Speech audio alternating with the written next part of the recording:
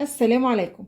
النهارده ان شاء الله هنعمل طواجن حلوه قوي وخفيفه وكمان لذيذه. هنعمل طواجن الرز المعمر بكبد الفراخ بطريقه سهله جدا. تعالوا بقى نسمي الله ونشوف عملنا الطواجن الجميله دي ازاي. اول حاجه هحضر كبد الفراخ. جبت معلقه سمنه على زيت، ولما سخنوا ضفت ليهم الكبد واشوحها كويس قوي. ولما بشوح الكبد بتكون النار عالية، علشان لو النار هادية الكبد هتنزل السوائل اللي جواها وهيبقى الاخر طعمها مش حلو خالص. وانا بشوح الكبد كده هضيف فصين توم كبار. خلاص كده الكبد مع التوم خدوا تشويحة حلوة، وكمان ريحة تشويح التوم ظهرت. ههدي النار شوية. بعد كده اضيف التوابل بقى اللي عايزاها. انا هضيف رشة فلفل اسمر، رشة بابريكا، وهظبط الملح. خلاص كده الكبد استوت. هي ما بتاخدش وقت خالص على النار، ولازم تكون مفلفله ومش خارج منها اي سوائل بالشكل ده. بعد كده هجيب بوله كبيره وهضيف 3 كوبايات رز مغسول كويس قوي ومتصفي من الميه، وهظبط الملح. وهنا خطوه اختياريه، هضيف 3 معالق كبار قشطه،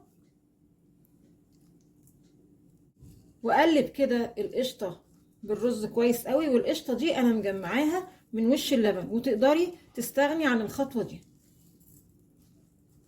هنجيب الطواجن اللي هنعمل فيها الرز، وهنضيف في كل طاجن كده قيمة نص كوباية رز. وانا كنت ضايفة لكل طاجن حتة سمنة، ممكن بدل السمنة تدهني الطاجن زيت، اي مادة دهنية تحبيها. وبعدين هوزع الكبد على الطواجن اللي معانا، وبعدين اضيف لكل طاجن كمان نص كوباية من الرز. تمام كده، يعني كل طاجن خد بالظبط كوباية رز. بعد كده هجيب لبن حليب بمقدار كيلو او لتر يعني، وهضيفه للثلاث طواجن. يعني احنا واخدين 3 كوبايات رز، يبقى كل كوباية هتاخد كوباية وربع وحاجة بسيطة كده لبن، ويكون سخن زي ما قلت لكم. هضيف بقى كده على كل طاجن كوباية وربع.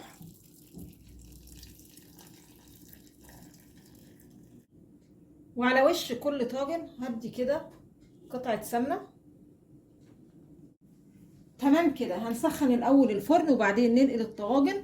نشغل الاول الشوايه للطواجن تاخد لون كده من على الوش، وبعدين نطفي الشوايه ونشغل الفرن من تحت على درجه حراره متوسطه، يعني 180 درجه او على حسب درجه حراره الفرن معاكي، لحد ما الرز معانا يستوي.